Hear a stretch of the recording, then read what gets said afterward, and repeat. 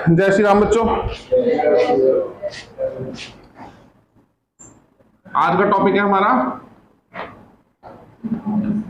Redistribution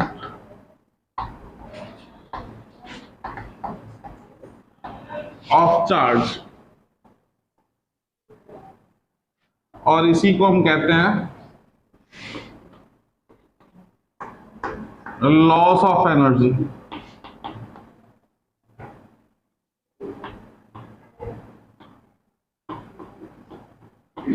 When capacitors are connected to each other। हथियार डाल दो, बोर्ड पे ध्यान दो, समझने की कोशिश करो।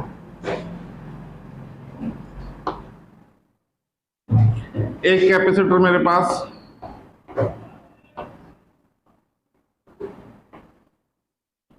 कैपेसिटेंस C1, वोल्टेज V1, तो एनर्जी स्टोर कर लेगा ये कितनी, U1, जिसकी वैल्यू होगी हाफ C1 V1 स्क्वायर। इतनी बात समझ में आई। एक और कैपेसिटर है हमारे पास,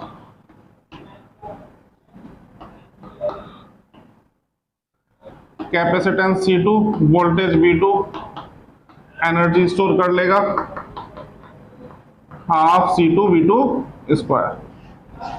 अब हमने क्या करा, दोनों की बैटरी हटा दी, दोनों को बैटरी से डिस्कनेक्ट कर दिया और आपस में कनेक्ट कर दिया। तो एक चीज बताइए मिस्टर आदित्य पोषवाल, हाँ कोई बात नहीं, मेरे लिए सब एक है, हम जातिवाद में विश्वास नहीं रखते, ठीक है। हाँ भाई, जब इन दोनों की बैटरी हटा करके इनको मैं आपस में कनेक्ट करूंगा तो वो कॉम्बिनेशन सीरीज कॉम्बिनेशन होगा या पैरेलल होगा? कितने लोग आंसर कर सकते हैं बताइए? जब दोनों कैपेसिटर्स की, सीधे बैठो पहले, बैटरी हटा करके मैं इनको आपस में कनेक्ट करूंगा तो वो कॉम्बिनेशन सीरीज कॉम्बिनेशन होगा या पैरेलल कॉम्बिनेशन होगा?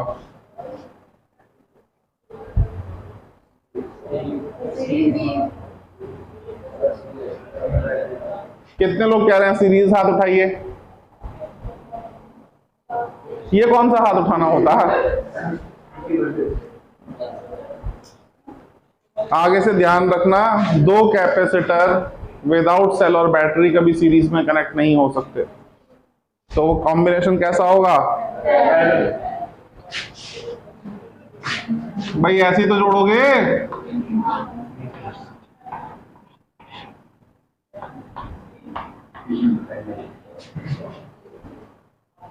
सीरीज में जोड़ना है तो एक बैटरी लगानी पड़ेगी ना, ठीक है। तो ये कॉम्बिनेशन कौन सा हो गया? अब एक की वोल्टेज है V1 और एक की V2, तो दोनों इक्वल तो नहीं है। इक्वल होती तो या तो दोनों V1 होती, या दोनों V2 होती, या दोनों V होती।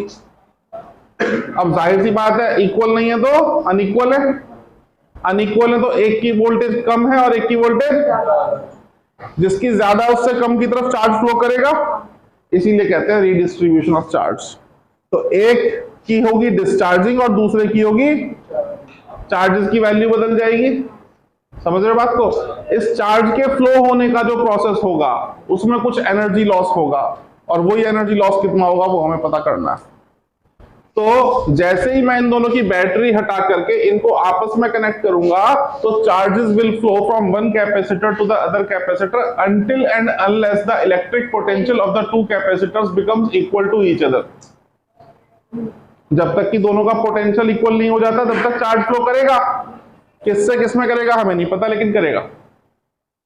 अब कब तक करेगा? जब तक पोटेंशियल, मतलब अब ये एक नए पोटेंशियल पर आ जाएंगे जिसको हम नाम देते हैं कॉमन पोटेंशियल। इंपॉर्टेंट है, रटा हुआ होना चाहिए, कुछ बनना है जीवन में तो, ठीक है। अब कॉमन पोटेंशियल कितना हो जाएगा वो पता करने की कोशिश करते हैं। कॉमन पोटेंशियल V डैश कह देता हूं, या V भी कह सकता हूं, कोई दिक्कत नहीं है, ठीक है भाई। क्या पढ़ा कल परसों? C is equal to Q by V, तो V is equal to Q by C। तो इसको Q1 प्लस Q2 कैसा C1 प्लस C2 क्यों करा, C1 C2 upon C1 plus C2 क्यों नहीं करा? जहां में रहते हो सारे मेरे सवाल पूछने के थोड़ी देर बाद सवाल स्ट्राइक करता है, फिर है ना सेंट्रल नर्वस सिस्टम उसको एनालाइज करता है, फिर सोचते हैं अच्छा ये पूछा है पर आंसर तो पता नहीं। यही होगा, मैंने पूछा क्यों? कुछ भी कुछ भी, तेरे सर पे बीड़ियां बुझानी चाहिए भाई। पैरेलल है, मैंने क्या क्वेश्चन पूछा फिर सुनो, मैं आराम आराम से स्लो मोशन में बोलता हूं। C1 प्लस C2 क्यों लिया, C1 C2 upon C1 plus C2 क्यों नहीं लिया? क्योंकि C1 C2 upon C1 plus C2 मतलब product upon sum series combination में लेते हैं, ये पैरेलल कॉम्बिनेशन है तो यहां पर प्रोडक्ट अपॉन सम नहीं लेंगे, यहां पर सिर्फ सम लेंगे। बात समझ में आई? अब Q1 बोले तो क्या, Q2 बोले तो क्या,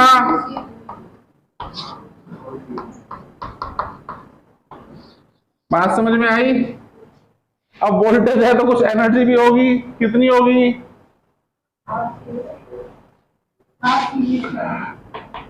दीदी घबरा गई बेचारी, टेंशन में आ गई, यही होगी। और यहां पे C बोले तो और V बोले तो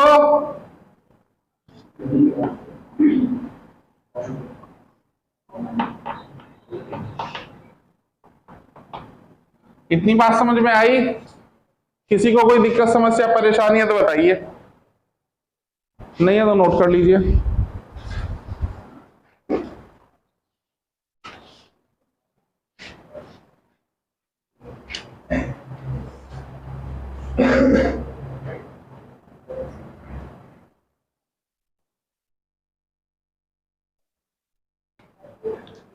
देखिए यहां तक बात समझ में आ गई ना आप लोगों को? अब इसमें एक ट्विस्ट है, वो और समझ लो। नॉर्मली यही पढ़ा जाता है, यही पढ़ाया जाता है, लेकिन एग्जामिनर को भी पता है कि यही पढ़ा जाता है और यही पढ़ाया जाता है, ये मजे की बात है, तो वो इसमें थोड़े चेंजेस कर देता है। जनरल सिचुएशन ये होती है कि जब दोनों कैपेसिटर कनेक्ट किए गए तो पॉजिटिव प्लेट से पॉजिटिव और नेगेटिव से नेगेटिव की जाती है, तो ये सिचुएशन आ जाती है। लेकिन वो आपसे ऐसे पूछेगा अगर पॉजिटिव से नेगेटिव और नेगेटिव से पॉजिटिव कनेक्ट कर दी जाए तब क्या होगा, तो आंसर बदल जाएगा। ठीक है, अब तुम कहोगे जी वो तो सीरीज कॉम्बिनेशन बन जाएगा क्योंकि डिफरेंट नेचर प्लेट्स आपस में कनेक्टेड होती हैं सीरीज में। लेकिन होगा क्या कि जब डिफरेंट नेचर प्लेट्स आप कनेक्ट करोगे ना तो फिर थोड़ी देर बाद ये अपने आप ही सेम नेचर प्लेट्स में कन्वर्ट हो जाएंगी। जैसे मैं समझाता हूं आपको भाई, एक सिचुएशन ये हो सकती है, दो कैपेसिटर आपने जोड़े, इस पे +5 कूलाम, इस पे +3 कूलाम, इस पे -5 कूलाम और इस पे -3 कूलाम। एक सिचुएशन ये हो सकती है। और दूसरी सिचुएशन क्या होती है, +5 कूलाम, -5 कूलाम और ये -3 कूलाम +3 कूलाम। तो अब क्या होगा, ये नेट चार्ज कितना है इधर, ये रिडिस्ट्रीब्यूट होगा और उस पे क्या आ जाएगा, इससे सिचुएशन ये कन्वर्ट हो जाएगी +x कूलाम। मैं ये नहीं कह रहा इक्वली बांटेंगे, वो तो कैपेसिटेंस पे डिपेंड करेगा, तो दूसरे पे प्लस का 2 - x कूलाम। तो आपने तो कनेक्ट किया डिफरेंट नेचर की प्लेट्स को, लेकिन फाइनली जो चार्जेस रीडिस्ट्रीब्यूट हुआ उसकी वजह से दोनों सेम नेचर की बन गई, फिर से तो रहेगा पैरेलली। लेकिन जब इस तरह की सिचुएशन है तो क्या होगा, चार्ज निकालने के लिए क्या करोगे, Q1 + Q2 bye C1 + C2। लेकिन जब इस तरह की सिचुएशन है तो Q1 - Q2 अपॉन, तो कॉमन पोटेंशियल का फॉर्मूला बदल गया, जिससे कॉमन पोटेंशियल बदल गया, और कॉमन पोटेंशियल बदल गया तो फाइनल आंसर भी तो बदल गया। तो ये HC वर्मा का क्वेश्चन है, बहुत पुरानी बुक है, लेकिन कुछ फ्रेमवर्क पे बेस्ड क्वेश्चन बन जाते हैं, जेई में पूछ लिया जाता है, कई बार नॉर्मल एग्जाम में पूछ लिया जाता है। तो ध्यान रखना कि आपको लैंग्वेज पे ध्यान देना है। 90% बल्कि 95% चांसेस ये हैं आप जो भी एग्जाम दोगे यही एक सिचुएशन बनती है, डायरेक्ट फॉर्मूला बेस्ड क्वेश्चन आता है, फटाक से हो जाता है। लेकिन अगर एग्जामिनर मूड में हुआ, कुछ फूक के आया होगा, तो फिर वो थोड़ा सा एक लाइन चेंज कर देगा, ठीक है। Negative plate is connected to positive and positive is connected to negative, तो फिर काम हो जाएगा। तो भैया लैंग्वेज ध्यान से पढ़ना, रेयर चांसेस है, 2, 4, 5%, इससे ज्यादा चांसेस नहीं है, लेकिन 5% चांसेस हैं कि ये भी पूछा जा सके। समझ गए? तो ये समझ में आ गया, ये सब इतना लिखने की जरूरत है, इसको शॉर्ट में आप ऐसे लिख लीजिए, ठीक है।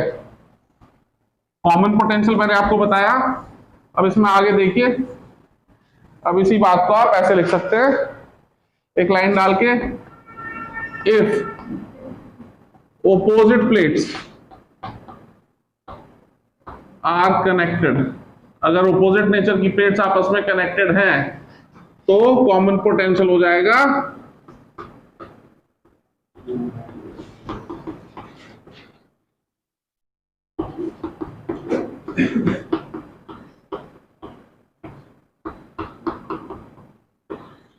कॉमन पोटेंशियल के दो फॉर्मूले, जनरली बच्चे एक याद करते हैं, तुम्हें दोनों पता होने चाहिए कि कब प्लस लेना है कब माइनस। नीचे तो प्लस ही रहेगा क्योंकि ये नीचे तो पैरेलल कॉम्बिनेशन है, कोई दिक्कत वाली बात नहीं है, लेकिन ऊपर ध्यान रखना ये प्लस माइनस कुछ भी हो सकता है डिपेंडिंग ऑन द सिचुएशन।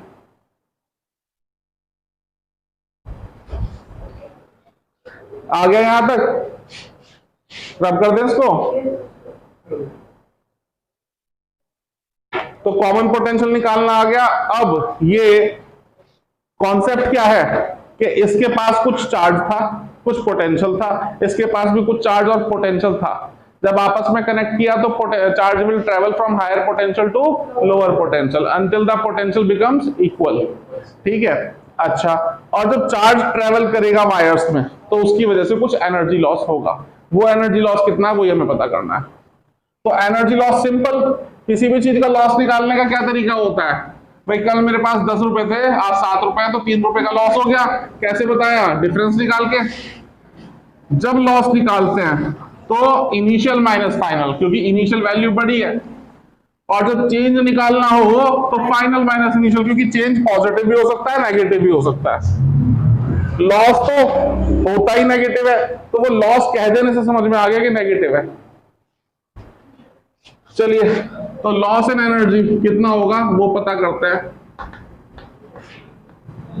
इसके लिए कैलकुलेशन करेंगे, सिंपल कुछ नहीं करना, इनिशियल एनर्जी माइनस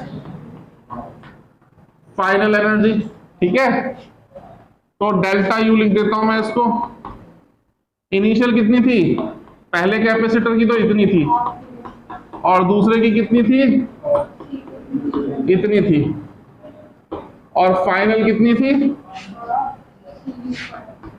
शाबाश बेटा, इतनी थी, ठीक है। अब सॉल्व करना है, कैलकुलेशन और कुछ नहीं। हाफ तो ले लो कॉमन, C1 V1 स्क्वायर। जब पूछो तब बताना, अभी सुनो सिर्फ। C की जगह लिख दूं C1 प्लस C2, और V की जगह लिख दूं C1 V1 plus C2 V2 upon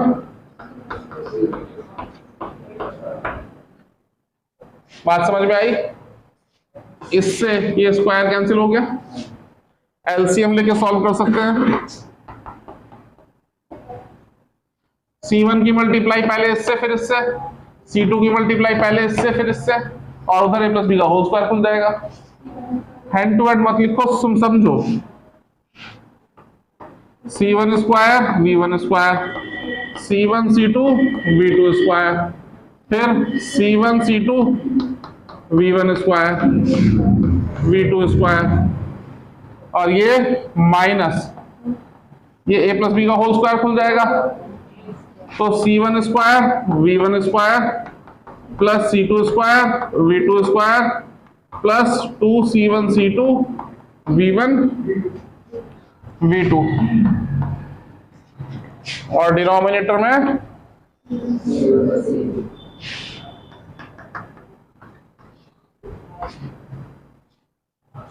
code भर गया, नोट करिए, बाद में करते हैं फिर।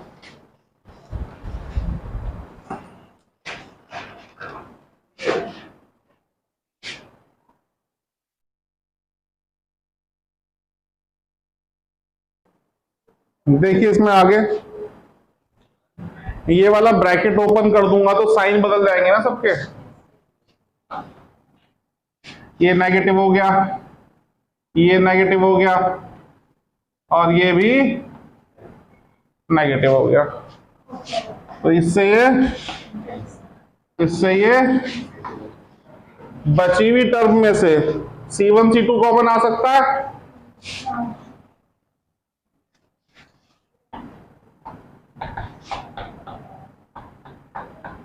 अंदर क्या बचेगा? V1 square minus 2V1 V2, ये बचेगा।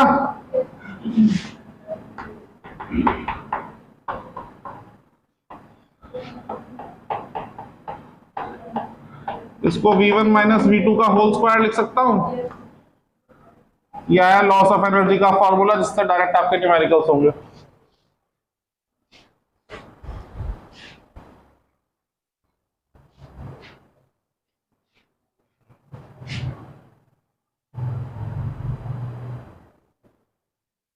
देखिए ये हो गया।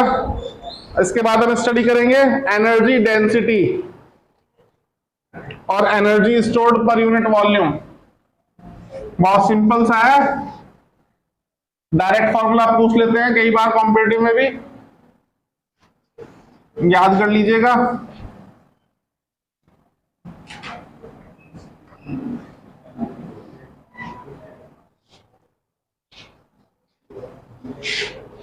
देखिए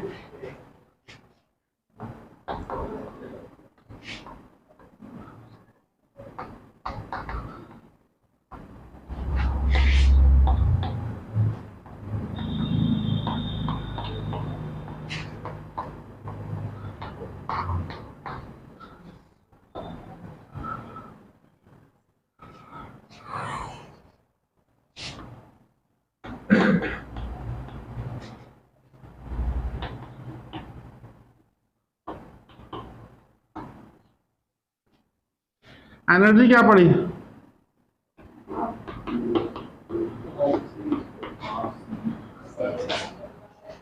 बहुत सिंपल है, C को epsilon not A by D लिख सकता हूं, V को E इंटू D लिख सकता हूं, खत्म। देखो हाफ, और ये हो जाएगा E स्क्वायर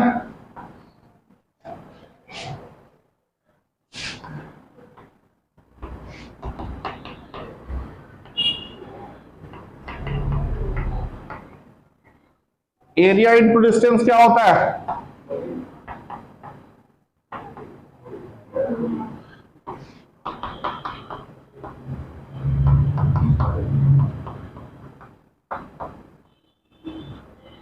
तो यही तो चाहिए था।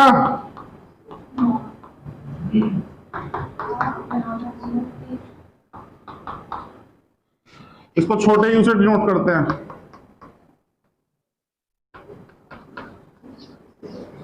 डेरिवेशन कोई नहीं पूछता, फॉर्मूला याद होना चाहिए। और सबसे बड़ा कंफ्यूजन जो आप लोगों के दिमाग में चलता है, छोटा यू कहां, बड़ा यू कहां, ध्यान रखना। कैपिटल यू एनर्जी को रिप्रेजेंट करता है और छोटे वाला यू एनर्जी डेंसिटी को रिप्रेजेंट करता है। ये इलेक्ट्रिकल एनर्जी डेंसिटी है। बिल्कुल इसी तरह से आएगा मैग्नेटिक एनर्जी डेंसिटी, वहां भी वही खेल चलेगा। बड़ा यू एनर्जी और छोटा यू एनर्जी डेंसिटी।